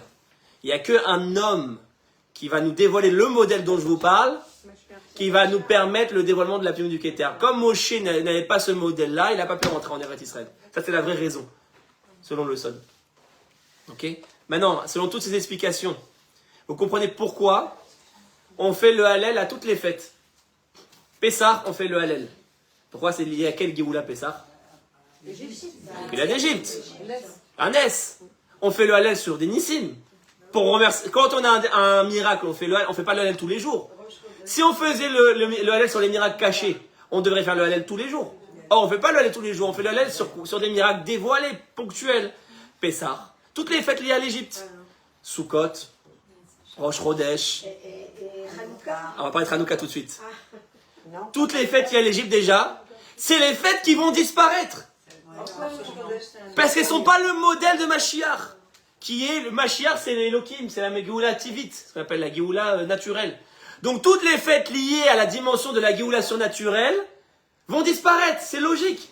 Il n'y a que Hanouka et Purim qui sont les fêtes des Rabbanan, qui vont rester. Pourquoi? Parce que pourquoi il a fallu que ce soit les Rabbanim qui instaurent Hanouka et Purim, et c'est pas la Torah elle-même? Parce qu'il fallait la participation de l'homme. C'est quoi tout le but de la Géoula Tivit? Pourquoi Nifla c'est plus grand que Nes? Parce que grâce au Nifla, il y a une participation de l'homme. Si ça vient d'en haut, il n'y a pas de participation de l'homme. C'est pour ça que Hanouka et Purim, c'est institué par les rabbanim, c'est des rabbanan. Et c'est les deux fêtes qui restent après la Géoula finale. Parce que c'est pour montrer que le modèle de la Géoula finale, c'est la participation de l'homme. Donc c'est les niflaot. Ça va? Donc toutes les fêtes, elles vont disparaître. Hanouka, on fait le Hallel. Pourquoi on fait le Hallel à Hanouka? Ce qui est intéressant à Hanouka, regardez bien, il y a les deux types de miracles. Il y a le miracle caché, c'est quoi? Les Maccabim. Et les miracles dévoilés, le Nes, la fiole d'huile. Quel est le plus grand des miracles maintenant, selon vous? Ouais, mais avant ce cours, vous aurez dit la fiole. Les Maccabim sont beaucoup plus élevés. C'est quoi la fiole? C'est sympathique, c'est pour les enfants, la fiole. C'est sympa, il y a l'ambiance et tout. Mais les Maccabim, ils ont été se battre d'un courage à 1000 contre 100 000. Ils ont eu une foi en Dieu du niveau le plus élevé. Ils sont allés comme Pinchas, comme le roi David. C'était des rois David. Donc le miracle des Maccabim était 1000 fois plus élevé que le miracle de la fiole. Pourquoi on fait le Hallel à Hanouka? Parce qu'il y a le miracle de la fiole. S'il n'y avait pas eu le miracle de la fiole, on n'aurait pas fait le Hallel. Parce que le Hallel, c'est quoi le principe fondamental? Le Hallel, c'est pour un miracle dévoilé. C'est pour un Nes. C'est pour ça qu'on ne le dit pas tous les jours. D'ailleurs, la Gemara, elle dit quoi? Elle dit Kol mi sheomer Hallel kol yom mecharef ou megadef shem shamayim. Tout celui qui dit le Hallel tous les jours, il insulte le nom de Dieu. Comme ça, il dit la Gemara, mais il ne comprend pas. Mais attends, jusqu'à ce point, tu insultes, tu maudis. Megadef, c'est tu maudis le nom de Dieu. Le Hallel, c'est quoi? C'est des Teilim. Je peux lire. Je veux remercier Dieu. Je veux remercier Dieu. Je veux remercier. Pourquoi je maudis Dieu en faisant le Hallel? Vous savez pourquoi?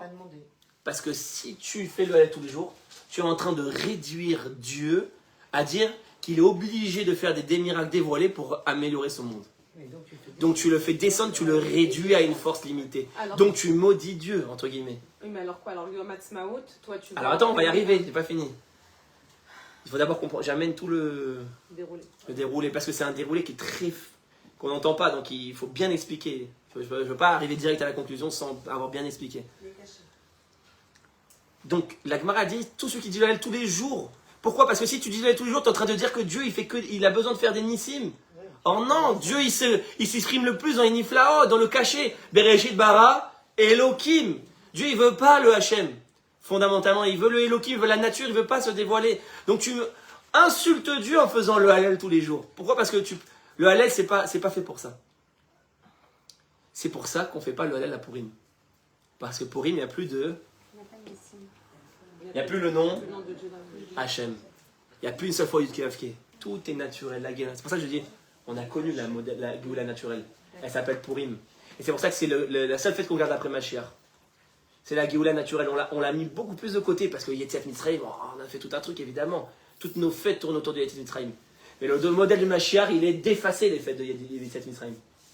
Il va venir prendre tous les prophètes, tous les livres des prophètes, tous les Yechezkel, les Shayahu. Il va les prendre, hop, poubelle. Poubelle. C'est écrit dans la Gemara. Le seul livre qu'on garde après la Géoula, Megillat Esther. Tous les autres livres, poubelle. À part le Chumash, évidemment. Je parle des livres des prophètes. Mais toutes nos prières sont basées Toutes nos prières sont basées. Tout va changer. Non, mais elles sont basées sur la Yetziat Mitzrayim. Tout est basé sur la Yetziat Mitzrayim. Ce repère de Yetziat Mitzrayim, il nous a permis de tenir. Mais il n'est pas le modèle de la Géoula finale. Toute la notion de Yetziat Mitzrayim, vous savez que les fêtes, en Pessah, on va continuer à le faire après. On va continuer à faire Pessah. Mais pas du tout de la même manière. Comment on va faire Pessah après la Géoula? Hein? L'agneau pascal? Non. Avec ça, l'agneau... On va manger de la matzah. Mais, Matzah, mais plus le cinquième verre. écoutez bien ce chidouche. Le cinquième verre. Comment Abraham Avinu il faisait Pessah? Il n'y avait pas la sortie d'Égypte encore. Or, Rashi nous dit qu'il mangeait de la matzah. Comment c'est possible? Il y a un Pessah avant la sortie d'Égypte alors. Il y a un Pessah qui n'est pas relié à la sortie d'Égypte. Puisque les Havot faisaient Pessah comme nous. C'est celui-là qu'on va faire. C'est celui-là qu'on va faire. On va faire le Pessah de la dimension des Havot. On va effacer cette lien à la sortie d'Égypte. On va rentrer dans des fêtes qui sont au-delà de ça. On va être au niveau des Havot. Ça va être à un niveau très élevé. Bref, je ne vais pas rentrer dans ça maintenant, mais où est-ce que je vais en venir? Purim, c'est le modèle de la Géoula inverse. Et la Géoula de Elohim, la Géoula naturelle. Et c'est pour ça qu'il n'y a pas le nom Hachem, et c'est pour ça qu'on ne fait pas le Hallel. Pourquoi on ne fait pas le Hallel à Purim? Parce que le Hallel c'est pour les Nissim, pas pour les Niflaot. Vous comprenez? Donc, mais c'est une fête. Donc on ne fait pas Tachanoun. Vous savez, Tachanoun c'est la prière. Dès que c'est une fête, on ne fait pas Tachanoun. Donc en fait, la Géoula qu'on vit actuellement, c'est une reproduction du modèle de Purim. Yom Ha'atzmaut, c'est le Purim moderne, si vous voulez. Donc en fait, il faut faire ni le Hallel, ni Tachanoun. C'est ça ce qu'il faut faire. Oui, mais pourquoi toi, donc, tu vois un Nifla dans la création du État d'Israël, alors que quelque part, on est en droit aujourd'hui de voir que c'est un Nes? Non. Parce qu'un tout petit pays qui tient autour d'autant de pays qui Oui, sont ennemis, mais ça, c'est des Niflaot. que dans des terrains vagues, c'est plus un Nes, ça relève non, un Nes, par la définition. Dans la définition, c'est vrai ce que tu dis, mais dans la définition hébraïque, étymologique, le mot Nes, en fait, nous, on a extrapolé le mot Nes par habitude. Mais je te parle de la vraie définition étymologique du terme. En hébreu, Nes, c'est genre une intervention, genre, je sais pas, voilà, la terre elle s'ouvre, un truc surnaturel. C'est pas que tu peux expliquer, que c'est les temps, tu peux trouver des explications rationnelles. La mer qui s'ouvre en 12, je veux dire, c'est pas ce qu'on a vécu aujourd'hui. Donc c'est pas une interprétation. C'est un miracle encore plus élevé. Un Nifla, je t'explique ce qu'on vit aujourd'hui, c'est encore plus élevé que la mer qui s'ouvre en 12. Mais je te parle de catégorie de miracles. Aujourd'hui, on ne vit pas de Nissim dans le sens propre du terme. Dans l'extrapolation courante, on dit c'est un S, bien sûr c'est un S. Mais dans le vrai, si on étudie, on est précis dans les mots, c'est pas un S, c'est un Nifla. On est très précis dans les mots. Ça, c'est les vrais chidushim que je vous donne. On comprend toute la vision. Yom Ha'atzmaut, c'est le Purim moderne. Regardez ce qu'on fait inconsciemment. Aujourd'hui, qu'est-ce qu'on faisait? On a fait quoi? On a fait... C'est quoi les grillades? C'est le michté. C'est un michté. On remercie Hachem. À Purim, les gens disent oui, mais si on ne fait pas la loi, on ne remercie pas Hachem. Mais à Purim, on remercie comment Hachem? En faisant un michté. C'est ça la mitzvah. En buvant du vin. On ne fait pas le Hallel parce qu'il n'y a pas de dimension surnaturelle. On est dans un processus collectif. Progressif. Ça a duré 9 ans. C'est que la Megillah, on a eu 45 minutes, mais l'histoire a duré 9 ans. C'est les événements, on les a mis comme ça, collés les uns après les autres, mais c'est toute une histoire. Comment elle est montée au pouvoir, Esther, etc. Il n'y a pas eu d'intervention divine. Tout était comme Ben Gurion qui a parlé, Herzl, la déclaration de l'État, etc. C'était tout dans les événements historiques. Donc instinctivement, en vérité, les chilonim, quand ils font à la Hesh, ils ne se rendent pas compte que c'est un michté moderne. Quand j'étais tout à l'heure au parc, moi, les gens, les religieux disent ouais, tu fais la tradition de à la Hesh, ça c'est chilonim. C'est tellement à côté du sujet. Quand je mange la viande, moi je suis comme à Purim. Dans la dimension de la louange de Dieu, de la pnimut haketer.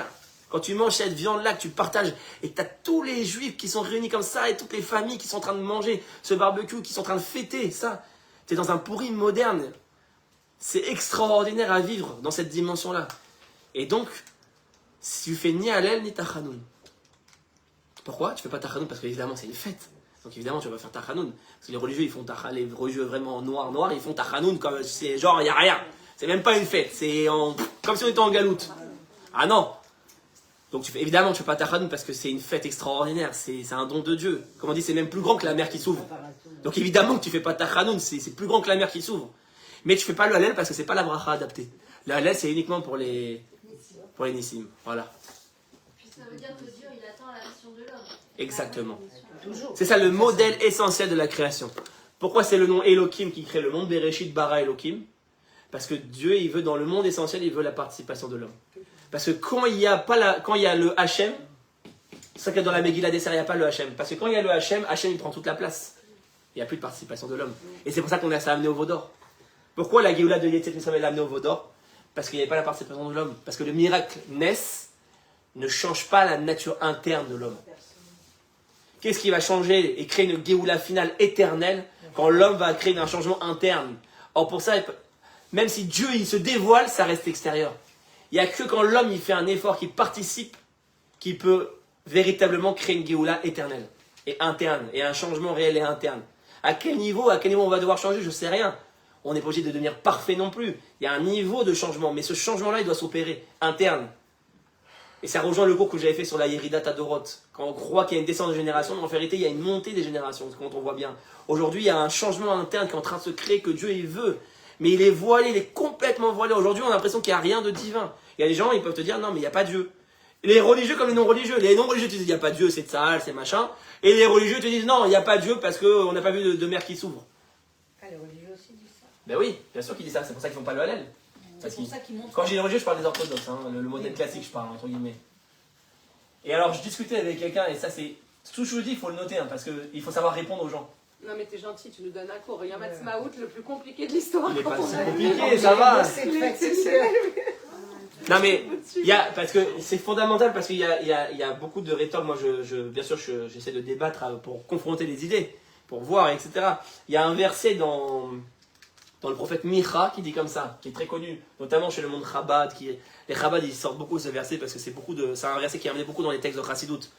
Il dit comme ça, qui met Setecha Me'eret Mitzrayim Arenu Niflaot.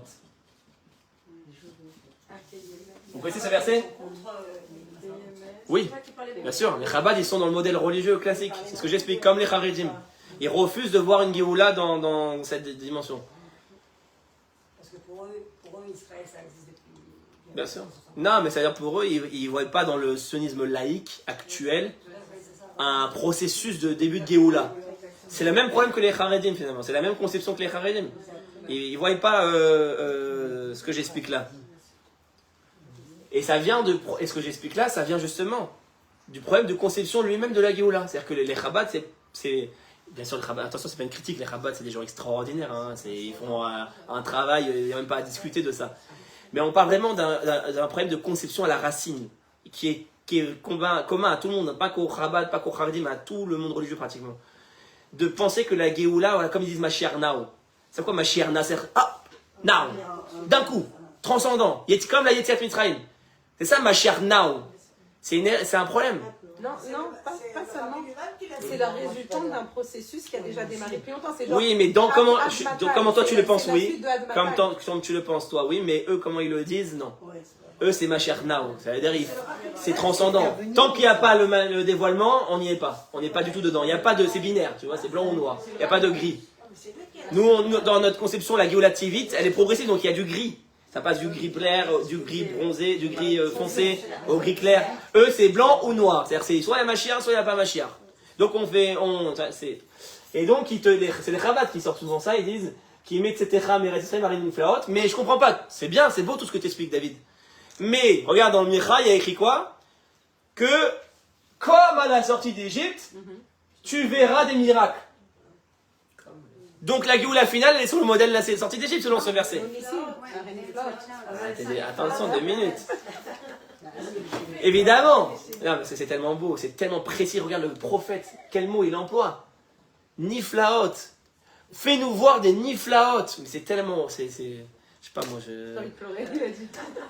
La Torah, c'est trop parfait. Quand tu l'étudies avec précision, c'est comme de la chirurgie médicale. C'est La microchirurgie. microchirurgie.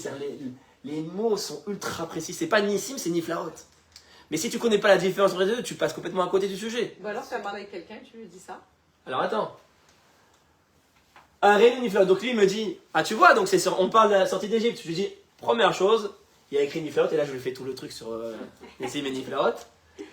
Il me dit, oui, ok, j'ai compris ce que tu veux dire, ok Niflaot. Mais à la sortie d'Égypte, on a vécu aussi des Niflaot alors. Parce qu'il dit, comme la sortie d'Égypte, tu vas nous montrer des Niflaot. Et donc, il y a quand même un lien avec la sortie d'Égypte. Et j'ai dit, mais moi, c'est pas possible. Et là, c'était une vraie kouchia. Non, c'est une vraie kouchia. Ça m'a travaillé pendant des mois avant que je trouve, au Hachem, le pérouche. Mais ça a été très difficile. C'est vrai que comment Micha il dit, comme la sortie d'Égypte. C'est pas possible. C'est pas possible. Et en fait, j'ai trouvé la solution pour Hachem. J'ai eu à un moment donné le chidouche qui est venu. Dans la Torah, c'est très rare, mais il y a plusieurs endroits. À 90% du temps, le kaf ici, il veut dire kmo. C'est-à-dire comme la sortie d'Égypte. Mais il y a des endroits, c'est dans 3-4 endroits peut-être, c'est très rare, où quand il y a un kaf avant le mot, il ne veut pas dire kmo, mais il veut dire keneged. C'est carrément l'opposé. C'est-à-dire contrairement à la sortie d'Égypte, tu vas nous montrer des niflaot cette fois-ci. Et là, le passouk, il est dévoilé, il est ouvert. pourquoi c'est si insidieux ce mot? C'est très insidieux parce que... Pourquoi il y a besoin d'avoir tu vois cette question-là, il y a cette tellement d'intelligence. Cette question-là, je vais t'en répondre avec deux choses. Je vais te poser une question plus large qui, en fait, ta question est incluse dans la question que je vais poser maintenant plus large. Pourquoi il n'y a pas le Mashiach dans le Chumash? Le travail de... Il n'y a pas une seule fois la notion de Mashiach dans toute la Torah. Complètement caché. Narshon ben Aminadav, qui est rentré dans la mer, qui est le prince de la tribu de Yehuda, il n'y a pas son nom dans la Torah. C'est que dans les Midrashim qu'on nous parle que c'est lui qui est rentré dans la mer. Dans la Torah, tu as l'impression que c'est Moshe qui a tout fait. Toute la notion de Malchut. Non, on en parle quand même. Ah si, il n'y a pas le nom d'Arshon dans la Torah. Ouvre le parachat de Shach. Non, mais je parle du texte. Il y a une notion de voilement de la Géoula. Voilà, il faut faire le travail. C'est-à-dire que la Géoula, Niflaot, elle a une notion de travail, donc elle est cachée. Donc même dans comment Hachem il dévoile les choses, elle est implicite, il faut la trouver, il faut la cacher. Donc dans le modèle classique, il nous fait, si tu veux, c'est un piège. Même les prophètes, ils nous tendent le piège. Ils font en sorte qu'on nous fait croire que c'est la Géoula comme ça. Et en fait, il faut aller chercher très loin pour aller comprendre que non. En fait, ce kaf-là, et j'ai trouvé les deux, trois autres endroits où le kaf, il veut dire Keneged et pas Kumo. Keneged, Yeme, etc. Meretzrem, c'est-à-dire contrairement à l'opposé, alors cette fois-ci, on verra des Niflaot. Et c'est pour ça qu'il n'y a pas le mot Nissim, parce qu'il aurait pu écrire Arenu Nissim Veniflaot. Et là, non, il n'y a pas le mot Nissim. C'est extraordinaire. C'est expliqué nulle part. Non, c'est expliqué nulle part. Hachem attend une recherche de l'homme. Quand dans les 4 fois, il y avait le kaf, c'était pas le mot kémo. C'était quoi? Kaf en général c'est kmo. Quand on dit kaf c'est ke c'est comme. C'est la traduction classique. Kmo, ke, quand tu veux dire kmo, même on est en courant quand tu parles. Mais des fois kaf ça veut dire keneged. Et là il n'y a aucune autre explication qu'un keneged. Parce que de dire kmo ici alors que le modèle de la sortie d'Égypte il est l'inverse des Niflaot, c'est un antinomie total. Donc il ne peut pas dire kmo, il peut pas avoir le sens de Kmo ici, le kaf. C'est impossible. C'était une couchette dans ma tête terrible. Ça, j'en dormais pas les nuits. Attends, c'est... Hein? Il n'a pas ce verbe, il m'a dit. Mais Anyan, il m'a dit. Intéressant. C'est un Israélien. Intéressant. Il faut qu'il cherche. C'était trop précis. C'était trop précis. C'est sa couchette, exactement. Il va aller se casser la tête maintenant. C'est à son tour. C'est à son tour de se casser la tête. Mais c'est terrible parce que... Là, je vais conclure là-dessus, mais c'est toujours la conclusion. Non, c'est pas ça. C'est que finalement, pourquoi c'est si difficile ce modèle que je présente? Parce qu'on se bat pas, on se bat pas contre nos frères juifs. C'est pas le bon mot. C'est un, comment dire, c'est un autre travail. Un travail, voilà. Mais quand on fait ce travail, malheureusement, comme il n'y a pas eu de grands, de gdolim qui ont été dans ce modèle, c'est très compliqué parce que les gens sont attachés à ce qu'ils ont connu. Et comme les Chabad, ils vont jamais se libérer du rabbi. Vous comprenez? Le rabbi, il a dit ça, c'est trop compliqué d'aller confronter le rabbi là-dessus. Donc c'est pour ça que c'est aussi compliqué. Il faudra quelqu'un qui soit capable de s'asseoir avec les plus grands et de les convaincre. C'est pour ça que c'est très compliqué. C'est pour ça que le Zohar il dit que c'est quoi le travail du Mashiach? C'est quoi le travail essentiel du Mashiach? Ne dis pas...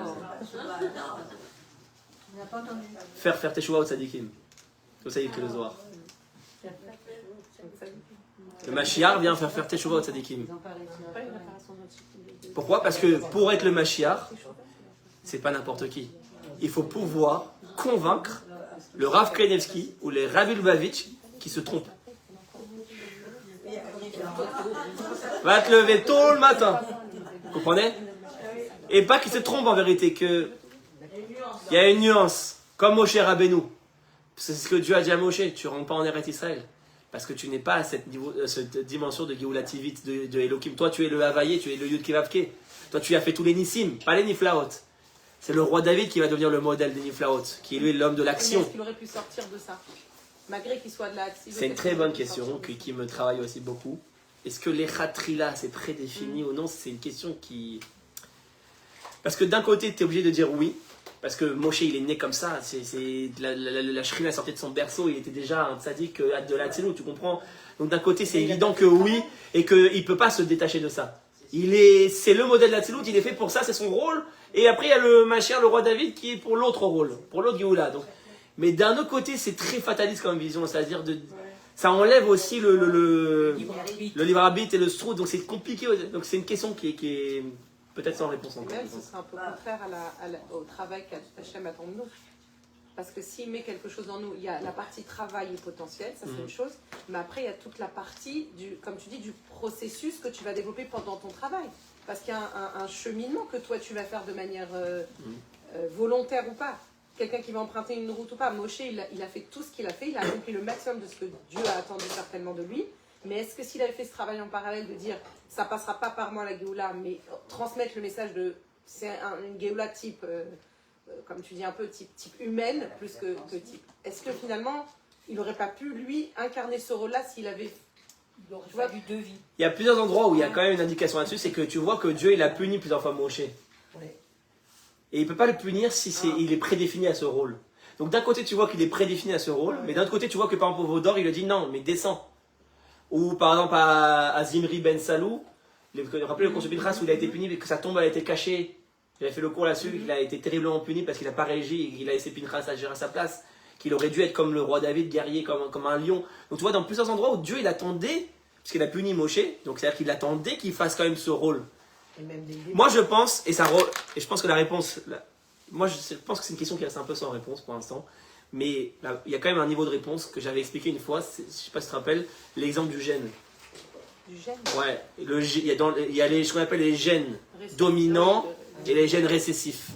C'est-à-dire que n'importe quel homme, il est fait pour les deux. Mais il y a un modèle dominant chez certains et il y a un modèle récessif. C'est-à-dire chez Moshe, le modèle dominant c'est Hachem. Et le modèle récessif c'est Elohim. Donc Dieu il peut quand même punir Moshe pour certains actes isolés de type Elohim qu'il n'a pas fait. Mais je pense qu'au niveau dominant il ne peut pas être puni parce qu'il n'est pas le modèle klali de Elohim. C'est le roi David qui va dire le modèle klali. Et le roi David pareil, il peut être puni pour certains Hachem. Chez David c'est le modèle dominant c'est Elohim. C'est pour ça qu'il est rouquin. Le roi David, c'est Esav, donc il vient de tout en bas. Donc tu vois que lui, c'est déjà dès la naissance, c'est un modèle inverse de Moshe. Donc chez lui, le dominant, c'est ça. Mais il a aussi un côté spirituel. Il fait les Télim.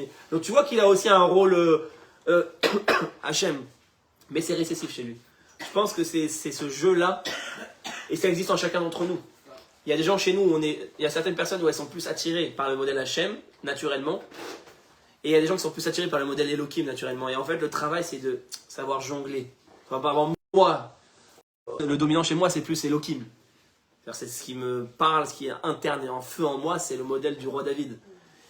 Et donc, mon Yetzerara, entre guillemets, c'est que j'ai du mal instinctivement à m'attacher au modèle Hachem. Ça ne me parle pas, c'est difficile pour moi.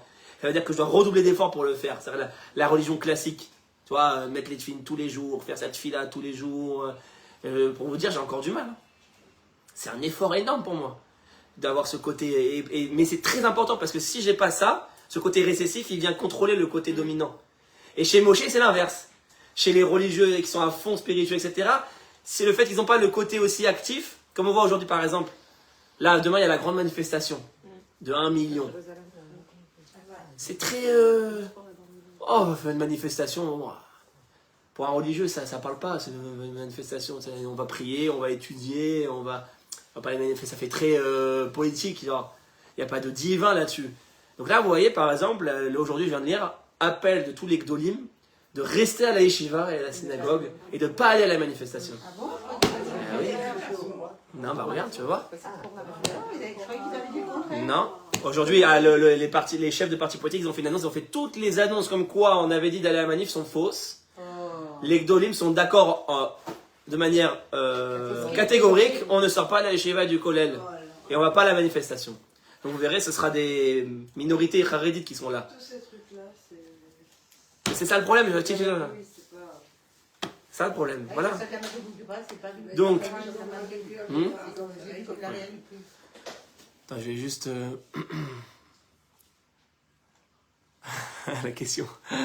Pourquoi ne pas aller voir le Yenuka et lui exposer ta vision de la Géoula? Oui, c'est vrai, c'est ce que j'allais dire. Pourquoi tu l'as fait comme ça? Hein? Pourquoi tu le fais comme ça? Je sais pas, peut-être moi je doute aussi un peu. Je sais pas.